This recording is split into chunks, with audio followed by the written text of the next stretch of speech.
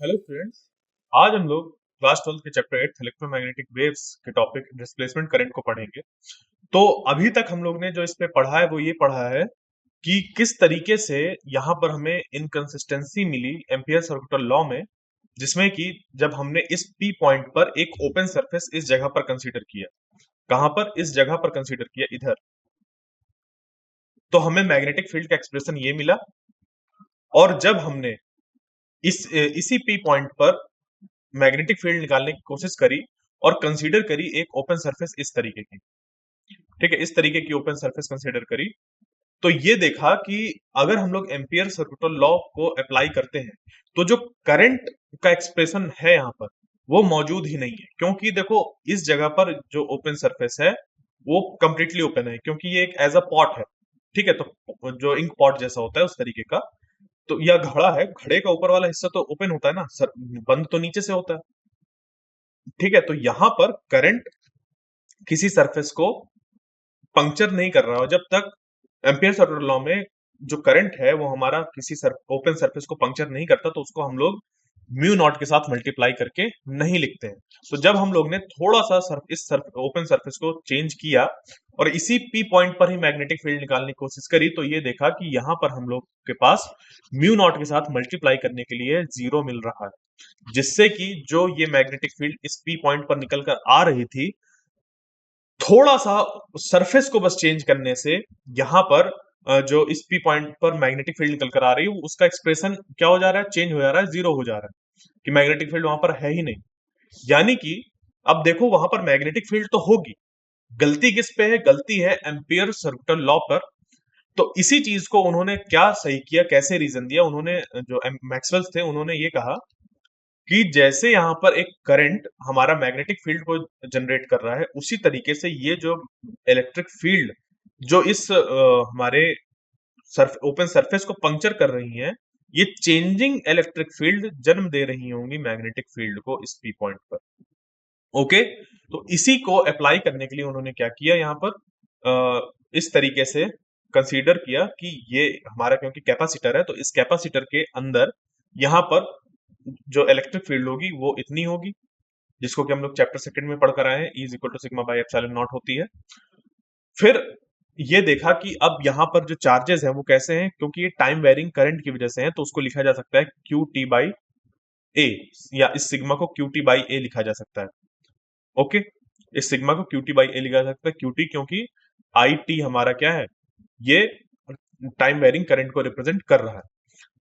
फिर हमने epsilon not को ऐसे ही रख दिया और ईटी एक्सप्रेशन ऐसे निकाल लिए। उसके बाद हमें पहुंचना कहां तक है? ये जो चेंजिंग इलेक्ट्रिक फील्ड है इसकी वजह से हम किसी तरीके से अगर करंट के एक्सप्रेशन को फाइंड कर सके, तो बस वही चीज यहां पर करी गई है। और कैसे? कि E T is equal to sigma T by A epsilon naught. फिर हम लोग ने यहाँ पर फाई ई फाइंड किया, फाई यानी कि इलेक्ट्रिक फ्लक्स निकाला। तो इलेक्ट्रिक फ्लक्स क्या हो जाएगा? ये जो इलेक्ट्रिक फील्ड है जितने एरिया से पास हो रही है, तो हमने माना कि ये जो एरिया है वो इस कैपेसिटर के प्लेट के एरिया के बराबर ही है, तो ई टी इंटू ए हो गया। तो ईटी कितना है हमारा? Q T by A epsilon naught. तो Q T divided by A epsilon naught into A जब करेंगे तो ए से ए कैंसिल हो जाएगा, जिससे कि हमारा phi E is equal to Q T by epsilon naught, ये एक्सप्रेशन निकल कर आ गया। ठीक है, तो जब ये हमारे पास एक्सप्रेशन निकल कर आ गया, यहां से फिर हम लोग ने क्या किया, इस एक्सप्रेशन को हम लोग ने थोड़ा सा मॉडिफाई किया। कैसे? इसको हम क्योंकि अब हमें करंट फाइंड करना है। ठीक है, तो करंट फाइंड करने के लिए इस एक्सप्रेशन को अगर हम ये बना दें, epsilon naught phi E is equal to Q T, और फिर देखो चार्ज क्योंकि इतना निकल कर आ रहा है तो इसको डिफरेंशिएट कर दो टाइम के रिस्पेक्ट में। तो जब टाइम के रिस्पेक्ट में हम लोग डिफरेंशिएट करेंगे तो हमें ये एक्सप्रेशन मिल जाएगा, जहां पर हमें क्या पता चल रहा है कि जो चेंजिंग इलेक्ट्रिक फील्ड है वो एक तरीके के करंट को जन्म दे रही है, और वो करंट ही यहाँ पर फिर पुट किया जाएगा, जिससे कि हमारा ये वाला जो कंसिस्टेंसी थी वो बनी रही, कि जब इस पी पॉइंट पर हम लोग इधर एक ओपन सरफेस कंसीडर करते हैं जिसको कि ये आई टी करंट पंक्चर कर रहा होता है, तो उससे हमारे ये इतना मैग्नेटिक फील्ड निकल कर आ जाती है। और जब हम लोग एक open surface as a pot की तरह उसको यूज करते हैं और फिर यहाँ पर एक इस जगह पर मैग्नेटिक फील्ड, इस पी पॉइंट पर मैग्नेटिक फील्ड फाइंड करते हैं, तो वो भी वहां पर हमारा कितना निकल कर आ रहा है? Mu naught I T divided by two pi R. ठीक है, तो इससे हुआ क्या कि हमारे ये जो दोनों चीजें थी वो इक्विवेलेंट निकल कर आ गई। तो ये जो आईडी है इसी को हम लोग क्या कहते हैं, डिस्प्लेसमेंट करंट कहते हैं। क्या कहते हैं, डिस्प्लेसमेंट करंट कहते हैं। और इसी डिस्प्लेसमेंट करंट को ही हम लोग यहाँ पर अब आगे चलकर पढ़ने वाले हैं। ठीक है, तो इस तरीके से इन्होंने डिस्प्लेसमेंट करंट का एक्सप्रेशन फाइंड कर लिया कि ID is equal to epsilon naught phi E by D, ये निकल कर आ गया। और उन्होंने फिर मैक्सवेल जो लॉ था, सॉरी एम्पियर्स लॉ था, मैक्सवेल ने उसको मॉडिफाई किया और आगे चलकर उस जो हमारा लॉ था उसका नाम पड़ा एम्पियर मैक्सवेल लॉ। ठीक है, यानी कि जो एम्पियर सर्किटल लॉ हमारा कैसा था, B dot DL is equal to mu naught I. इसको मॉडिफाई किया कि ये जो आई टर्म है ये दो टर्म से मिलकर बना हुआ है। कौन कौन से टर्म है, इन दो टर्म में एक तो है आईसी और दूसरा है आई डी। क्या है, आईसी और आई डी। यानी कि जब हम लोग बात इस करंट की इस जगह पर करते हैं, यानी कि इस करंट की बात जब हम लोग करते हैं, यानी कि इधर वाली सरफेस पे जब हम लोग बात करते हैं ओपन सरफेस पे, तो ये जो आईडी होता है ये जीरो होता है। ये क्या होता है, जीरो होता है। ठीक है, और जब हम लोग इस जगह पर बात करते हैं तो ये जो आईसी वाला होता है वो जीरो होता है। तो आईसी और आईडी का मीनिंग क्या है, देखो आईडी तो आप समझ गए, आईडी हमारा डिस्प्लेसमेंट करंट जो चेंजिंग इलेक्ट्रिक फ्लक्स की वजह से जनरेट होता है। और जो आईसी है वो वही सिंपल करंट है जिसको कि अभी तक हम लोग पढ़ते आए हैं, किसी कंडक्टर में जो फ्री इलेक्ट्रॉन के मूवमेंट्स की वजह से जो करंट होता है वो हमारा कंडक्शन करंट कहलाता है। तो जब हमारे पास कुछ इस तरीके की चीजें होती हैं जहां पर कि एक ओपन सरफेस है और इस ओपन सरफेस में एक हमारा जो वायर है वो करंट को ऐसे लेकर जा रहा है, यानी कि ये करंट इस ओपन सरफेस को, सिर्फ ये वाली ओपन सरफेस को पंक्चर कर रहा है। ठीक है, अभी ये सब यहाँ कुछ मौजूद नहीं है, यानी कि सिर्फ ऐसा है, एक कैपेसिटर है और उस कैपेसिटर में करंट आईटी जा रहा है। और यहाँ पर हम लोग ने एक सरफेस कंसीडर करी, एक ओपन सरफेस। ठीक है, बस ऐसी। ठीक है, तो क्या निकल कर आता है कि ये जो है हमारा इस पी पॉइंट पर मैग्नेटिक फील्ड वो निकल कर आ जाएगी, किसकी वजह से, इस आईटी की वजह से। ठीक है, इस आईटी की वजह से करंट निकल कर आ जाएगी जो कि है कंडक्शन करंट। ठीक है, और इस जगह पर जब हम लोग करेंगे तो आईडी क्या होगा, जीरो होगा, आईडी जीरो होगा। और जब इस जगह पर हम लोग देखेंगे, ठीक है, ऐसे जब इसको ऐसे ओपन सरफेस ऐसी बना दी, यानी कि ये जो अंदर वाला हिस्सा था उसको एकदम ऐसे यहाँ पर खोखला कर दिया। ठीक है, सरफेस इधर बनी है, ऐसे जब सरफेस बनी है ओपन सरफेस, तो तब भी जो यहाँ पर हमारा करंट आएगा वो कौन सा आएगा, आईडी वाला आएगा, आईसी की जगह पर। यानी कि अब ये जो पूरी इक्वेशन है वो जाकर कंप्लीट हुई। तो इसको मॉडिफाइड एम्पियर सर्किटल लॉ भी कहते हैं या एम्पियर मैक्सवेल लॉ भी इसको कहते हैं। और आईडी का एक्सप्रेशन तो आपको पता ही है, epsilon naught D phi E by D T. तो ये हमारा एक्सप्रेशन निकलकर आ जाता है जनरलाइज्ड एम्पियर मैक्सवेल लॉ। इसी चीज को मैक्सवेल ने, एम्पियर सर्किटल लॉ को, इसी को मैक्सवेल ने क्या किया था, यहाँ पर मॉडिफाई किया था और ये चीज बना दी थी। ठीक है, तो समझ पे आ गई बात कि अब यहाँ पर पूरी तरीके से कंसिस्टेंसी है। आप चाहे अब कैसी भी ओपन सरफेस कंसीडर करिए, हमेशा आपके लिए मैग्नेटिक फील्ड निकल कर आएगी किसी पी पॉइंट पर। जब हम फाइंड करेंगे तो मैग्नेटिक फील्ड निकल कर आएगी। तो इस तरीके से इन्होंने डिस्प्लेसमेंट करंट को इंट्रोड्यूस करके ये चीज निकाल ली कि जो चेंजिंग इलेक्ट्रिक फ्लक्स होता है वो एक तरीके के करंट को जनरेट करता है, आईडी, जो कि जनरेट करता है मैग्नेटिक फील्ड को, जो कि जनरेट करता है मैग्नेटिक फील्ड को। तो ये हम लोग देख पा रहे हैं कि ये जो हमारा चेंजिंग इलेक्ट्रिक फील्ड है वो जनरेट कर रहा है मैग्नेटिक फील्ड को। ठीक है, यानी कि करंट जो अभी तक कर रहा था, एक कंडक्शन करंट मैग्नेटिक फील्ड को जनरेट कर रहा था, साथ में अब चेंजिंग इलेक्ट्रिक फील्ड भी मैग्नेटिक फील्ड को जनरेट कर रही है। क्लियर यहाँ तक? तो अब चलते हैं आगे और इस पे हम लोग देखते हैं कि कैसे कैसे यहाँ पर चीजें को डिस्क्राइब किया गया है, इससे रिलेटेड को, मतलब कुछ पॉइंट्स पे हम लोग इनको पढ़ लेते हैं। तो देखो, displacement current is a consequence of time varying electric field. जो ये डिस्प्लेसमेंट करंट है वो कैसे निकल कर आया है, वो टाइम वेरिंग इलेक्ट्रिक फील्ड की वजह से निकल कर आया है। और इसका जो इफेक्ट होता है आईडी का, आईडी डिस्प्लेसमेंट करंट का जो इफेक्ट होता है वो बिल्कुल वैसा ही होता है जैसे कि हमारा कंडक्शन करंट बिहेव करता है, बिल्कुल वैसा ही।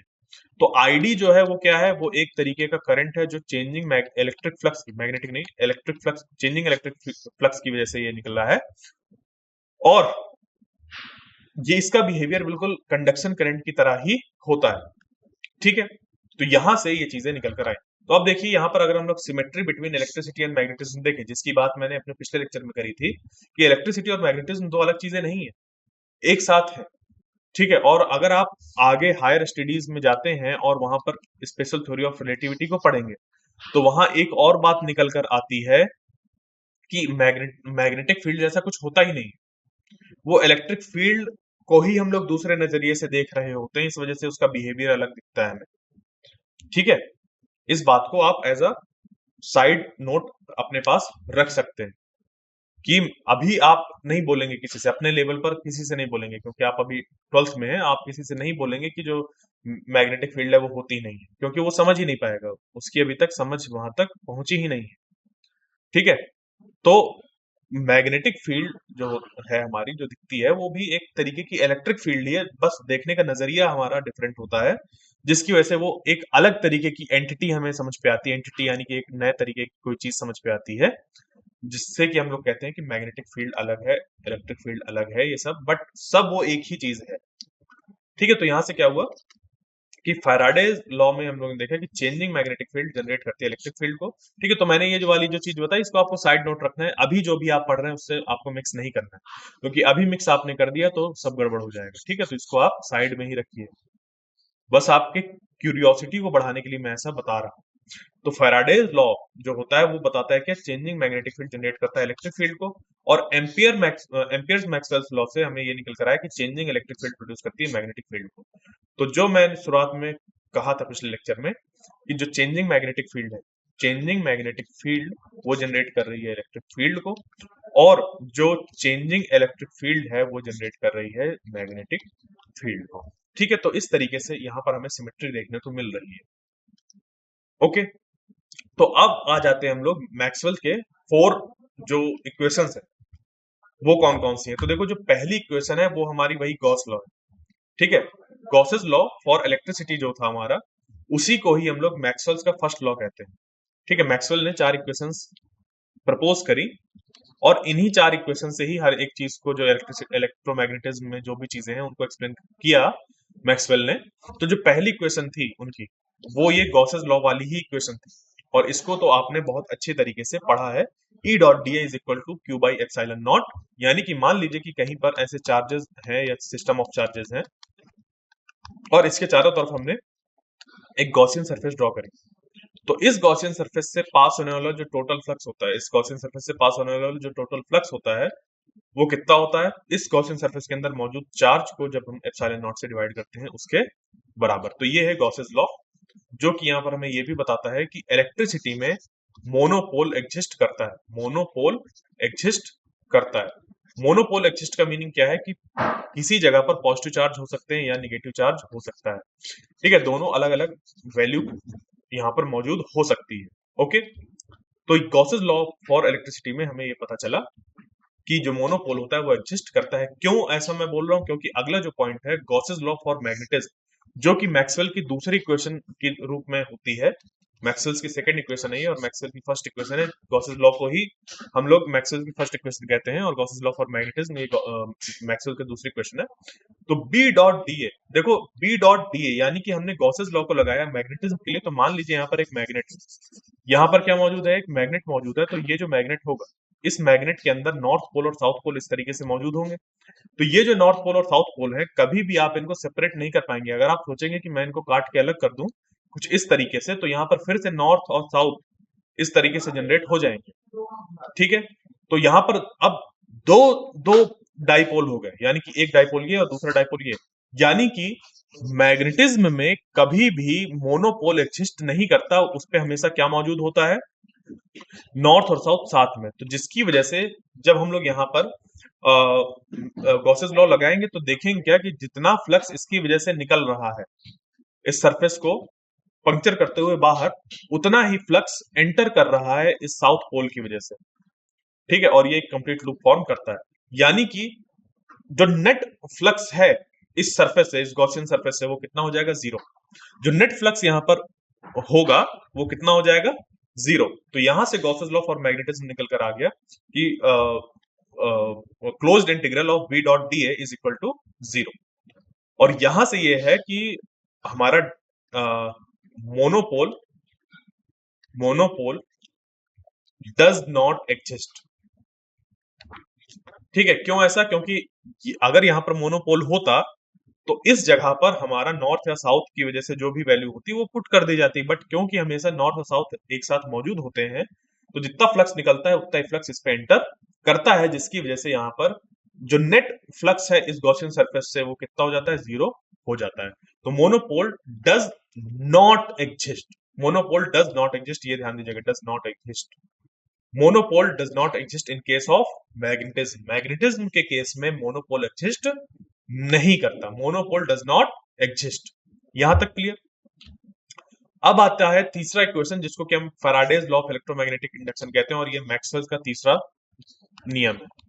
ठीक है, मैक्सवेल का ये तीसरा नियम है। देखो मैक्सवेल्स के ये जो लॉ है ये बिल्कुल वैसे ही लॉ है जैसे कि न्यूटन्स के लॉ है। Newton three law of motion है ना, थ्री लॉज ऑफ मोशन जो है न्यूटन्स के, वो क्या करते हैं? जो डेली लाइफ में हमारा मूवमेंट है, क्लासिकल जो हमारा जितना भी हमारा आइडिया है उस पर बेस्ड जितनी भी हमारी मैकेनिक्स है, क्लासिकल मैकेनिक्स जितनी भी है, वो उन तीन लॉज पर गवर्न होती है। उन तीन लॉज की हेल्प से हम लोग बॉडी मूव कर रही है, उसको फोर्स चाहिए या नहीं चाहिए वो पता कर लेते हैं। फोर्स अगर चाहिए बॉडी को अपना स्टेट चेंज करने के लिए तो कितना चाहिए, कितना एक्सेलरेशन आएगा, फिर एक बॉडी दूसरे बॉडी में फोर्स कैसे लगाएगी, थर्ड लॉ से हमें ये सब कुछ पता चल जाता है। तो उन्हीं तीन लॉ के साथ ही हम लोग खेलते रहते हैं और सारी चीजों को हम लोग एक्सप्लेन कर देते हैं। बिल्कुल सेम तरीके के यहाँ पर मैक्सवेल्स लॉज भी हैं, कि वो जो अभी मैंने बताया गॉसेस लॉ फॉर इलेक्ट्रोस्टैटिक, या हमारा फिर जो गॉसेस लॉ फॉर मैग्नेटिज्म है, तो ये और Faraday's law of electromagnetic induction और एम्पियर्स मैक्सवेल्स लॉ, ये यानी कि एम्पियर्स मॉडिफाइड लॉ जो है, ये चार चीजें, ये चार इक्वेशन ही हमारी मैक्सवेल्स की क्या कहलाती हैं? फोर इक्वेशंस कहलाती हैं। ठीक है, तो इन चार इक्वेशन से along with Lorentz force equation, Lorentz force equation, magnetism या कह लीजिए कि इलेक्ट्रोमैग्नेटिज्म यानी कि इलेक्ट्रिसिटी से related phenomena, magnetism related phenomena जो भी है, जितने भी हैं, हम उन सब को एक्सप्लेन कर सकते हैं इनकी हेल्प से। हम इनकी हेल्प से इन सबको एक्सप्लेन कर सकते हैं। तो फैराडेज लॉ के अकॉर्डिंग क्या हो गया हमारा? E dot D L is equal to minus D five B by D T. ये तो हम लोग पढ़कर ही आए हैं चैप्टर 6 में। और एम्पियर्स मैक्सवेल लॉ जो क्या है हमारा? मॉडिफाइड एम्पियर सर्कुलर लॉ है। Modified ampere circular law, modification किया गया ना यहाँ पर, कंडक्शन करंट के साथ साथ यहाँ पर एक डिस्प्लेसमेंट करंट को भी ऐड किया गया। तो ये जो इक्वेशन थी हमारी, B dot D L is equal to mu naught I थी, आई की जगह पर यहाँ पर हमारा क्या रख दिया गया? आई सी प्लस आई डी। ठीक है, तो आईसी आई की जगह पर आ गया है आईसी प्लस आई डी, और यहाँ पर जब इसको सॉल्व करेंगे तो हो जाएगा mu naught IC plus mu naught I D. ठीक है, म्यू नॉट आई डी। अब ये म्यू नॉट आई डी जो यहाँ पर डी है वो हो जाएगा यहाँ पर epsilon naught D phi E by D T. ठीक है, D phi E by D T ये निकल कर आ गया। तो ये क्या हुआ हमारा? ये हो गया मॉडिफाइड एम्पियर सर्कुलर लॉ या एम्पियर मैक्सवेल्स लॉ।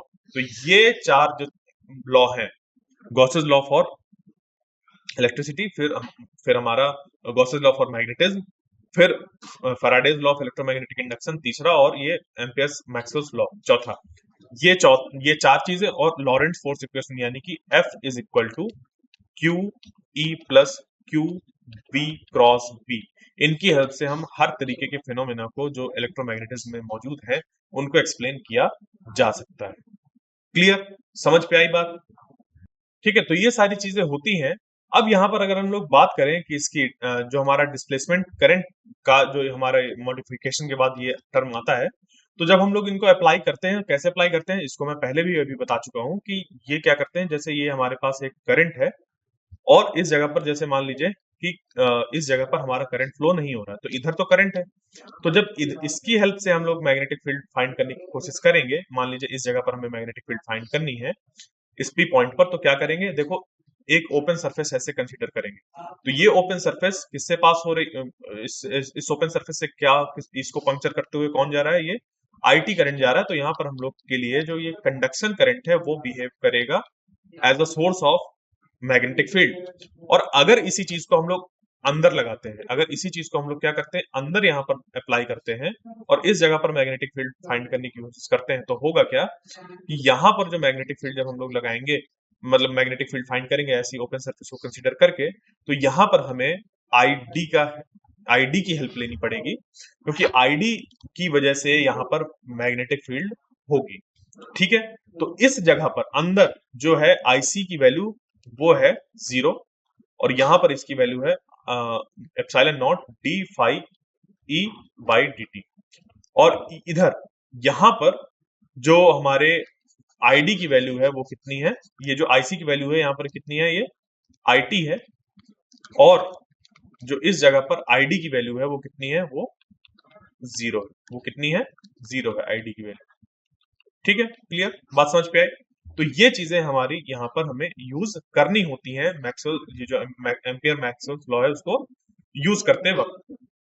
ठीक है, उसके बाद फिर यहाँ पर जैसे कि हम अगर बात करें कि जो हमारा ये डिस्प्लेसमेंट करंट है, डिस्प्लेसमेंट करंट की वजह से ही हम लोग क्या कर सकते हैं, एक्सप्लेन कर सकते हैं कि कैसे हमारा जो चेंजिंग इलेक्ट्रिक फील्ड है वो एक मैग्नेटिक फील्ड के सोर्स के रूप में वर्क करता है। ठीक है, समझ पे आई बात ये चीज।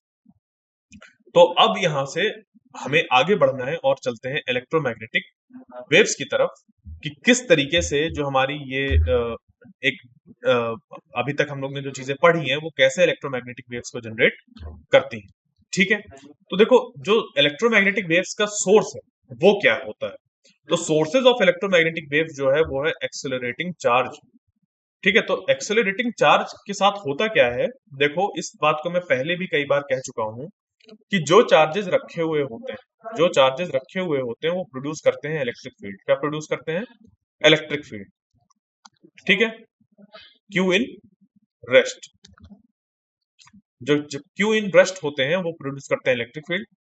यही चार्ज जब मूव कर रहे होते हैं विद कांस्टेंट वेलोसिटी, यही चार्ज जब मूव कर रहे होते हैं with constant velocity, with constant velocity, with constant velocity. ठीक है, तो जब कांस्टेंट वेलोसिटी के साथ ये मूव करते हैं तो ये प्रोड्यूस करते हैं किसको, मैग्नेटिक फील्ड को। और जब यही charge particle with some acceleration move करता है, एक्सेलरेशन और रिटार्डेशन और किसी भी तरीके का एक्सेलरेशन है अगर, तो ये प्रोड्यूस करता है क्या, ऑसिलेटिंग इलेक्ट्रिक फील्ड को। ठीक है, यहां पर विद एक्सेलरेशन अगर बात करें तो इसकी वजह से होता क्या है अब कि ये जो एक्सेलरेटेड चार्ज पार्टिकल है ये प्रोड्यूस करता है इलेक्ट्रोमैग्नेटिक वेव्स को। कैसे, जब इसमें एक्सेलरेशन होता है तो ये प्रोड्यूस करता है ऑसिलेटिंग इलेक्ट्रिक फील्ड। क्या प्रोड्यूस करता है, ऑसिलेटिंग इलेक्ट्रिक फील्ड। ठीक है, अब मान लीजिए कि कोई हमारे पास एक ऐसा एंटेना है, यानी कि मान लीजिए कोई ऐसा रॉड है, और इस रॉड पे चार्ज पार्टिकल क्या कर रहे हैं, एक्सेलरेट कर रहे हैं, रिटार्ड कर रहे हैं, यानी कि एक बार चार्ज पार्टिकल इधर जा रहा है, फिर इधर आ रहा है, इधर जा रहा है, इधर आ रहा है, इधर जा रहा है, इधर जा रहा है, ऐसे ऐसे कर रहा है। तो इसकी वजह से होगा क्या कि इन चार्ज पार्टिकल के ऐसे ऐसे एक बार स्पीड बढ़ने एक बार स्पीड घटने की वजह से क्या होगा, ये प्रोड्यूस करेगा ऑसिलेटिंग इलेक्ट्रिक फील्ड, ये प्रोड्यूस करेगा एक ऑसिलेटिंग इलेक्ट्रिक फील्ड को। अब ये जो ऑसिलेटिंग इलेक्ट्रिक फील्ड है ये क्या करेगी, ये ऑसिलेटिंग इलेक्ट्रिक फील्ड देखो इतना अभी ऐसे नहीं पहुंच जाएगी ऐसा। ठीक है, ये जस्ट यहाँ पर ऑसिलेटिंग इलेक्ट्रिक फील्ड जन्म लेगी, इस जगह पर इसने एक छोटी सी ऑसिलेटिंग इलेक्ट्रिक फील्ड को जन्म दिया।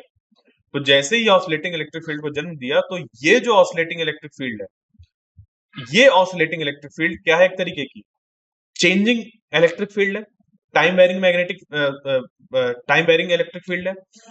तो ये जो टाइम वेरिंग इलेक्ट्रिक फील्ड है या ऑसिलेटिंग इलेक्ट्रिक फील्ड है, ये क्या करेगी, ये प्रोड्यूस करेगी ऑसिलेटिंग मैग्नेटिक फील्ड को, ये प्रोड्यूस करेगी ऑसिलेटिंग मैग्नेटिक फील्ड को। तो ये जो ऑसिलेटिंग मैग्नेटिक फील्ड है अब प्रोड्यूस करेगी ऑसिलेटिंग इलेक्ट्रिक फील्ड को, और ये जो ऑसिलेटिंग इलेक्ट्रिक फील्ड है वो प्रोड्यूस करेगी ऑसिलेटिंग मैग्नेटिक फील्ड को, और ये ऑसिलेटिंग मैग्नेटिक फील्ड प्रोड्यूस करेगी इलेक्ट्रिक फील्ड को।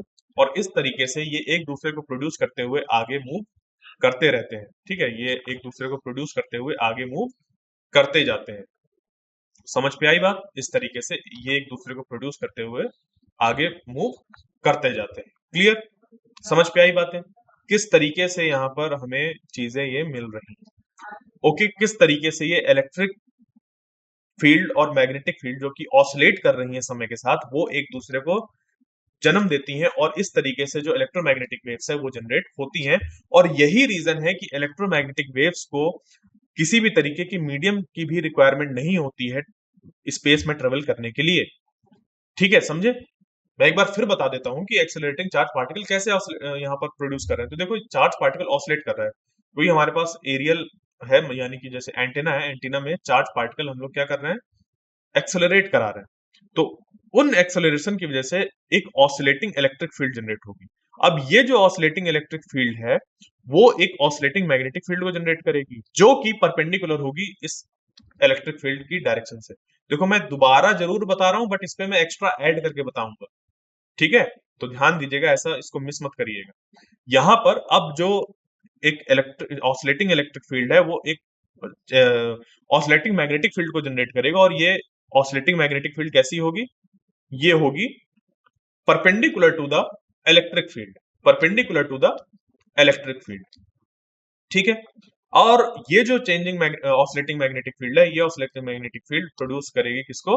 एक फिर से ऑसिलेटिंग इलेक्ट्रिक फील्ड को, और ये ऑसिलेटिंग इलेक्ट्रिक फील्ड प्रोड्यूस करेगी मैग्नेटिक फील्ड को। और इस तरीके से करते हुए हम लोग अगर देखें इसको, तो ये मैग्नेटिक फील्ड, ये मैग्नेटिक फील्ड, ये पूरी मैग्नेटिक फील्ड यहाँ पर ऐसे है, और इलेक्ट्रिक फील्ड हम लोग की इस तरीके से बन रही है यहाँ पर। ठीक है, समझ पे आया?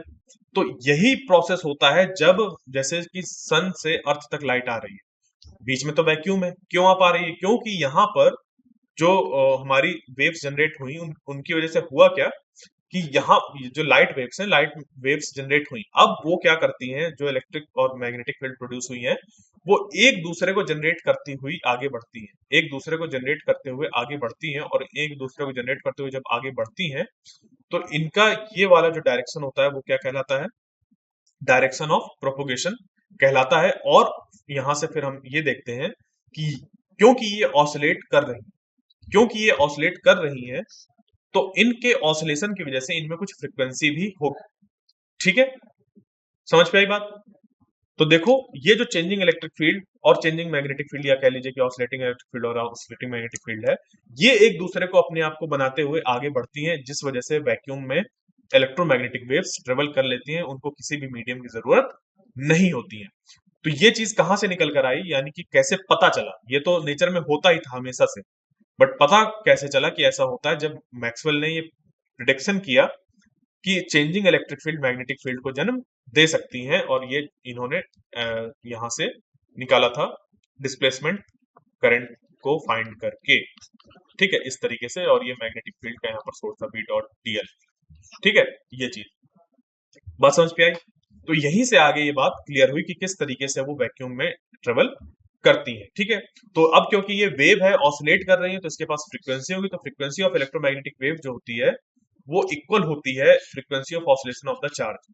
जिस फ्रीक्वेंसी के साथ ये चार्ज यहाँ पर ऑसिलेट कर रहा है, उसी फ्रीक्वेंसी के साथ ये जो यहाँ पर इलेक्ट्रिक फील्ड या मैग्नेटिक फील्ड होती है, उनकी भी फ्रीक्वेंसी होती है। यानी कि ये जो इलेक्ट्रोमैग्नेटिक वेव है, इस इलेक्ट्रोमैग्नेटिक वेव का यहाँ पर अपना जो फ्रीक्वेंसी है वो यहाँ पर ऑसिलेटिंग चार्ज पार्टिकल की वजह से ही होता है। अभी तो ये एक तरीके का हमारा सोर्स ऑफ इलेक्ट्रोमैग्नेटिक वेव है कि जहां पर हम लोग एक्सेलरेटिंग चार्ज पार्टिकल की हेल्प से इलेक्ट्रोमैग्नेटिक वेव प्रोड्यूस कर सकते हैं। और भी तरीके हैं जहां पर कि हम लोग इलेक्ट्रोमैग्नेटिक वेव्स को प्रोड्यूस कर सकते हैं, तो वो सब हम लोग अपने नेक्स्ट लेक्चर में पढ़ेंगे, और कैसे प्रोड्यूस होता है, क्या होता है, वो भी चीजें हम लोग आगे देखेंगे। तो आई होप जो आज का लेक्चर था वो आपको समझ पे आया होगा। नेक्स्ट लेक्चर तक के लिए थैंक यू।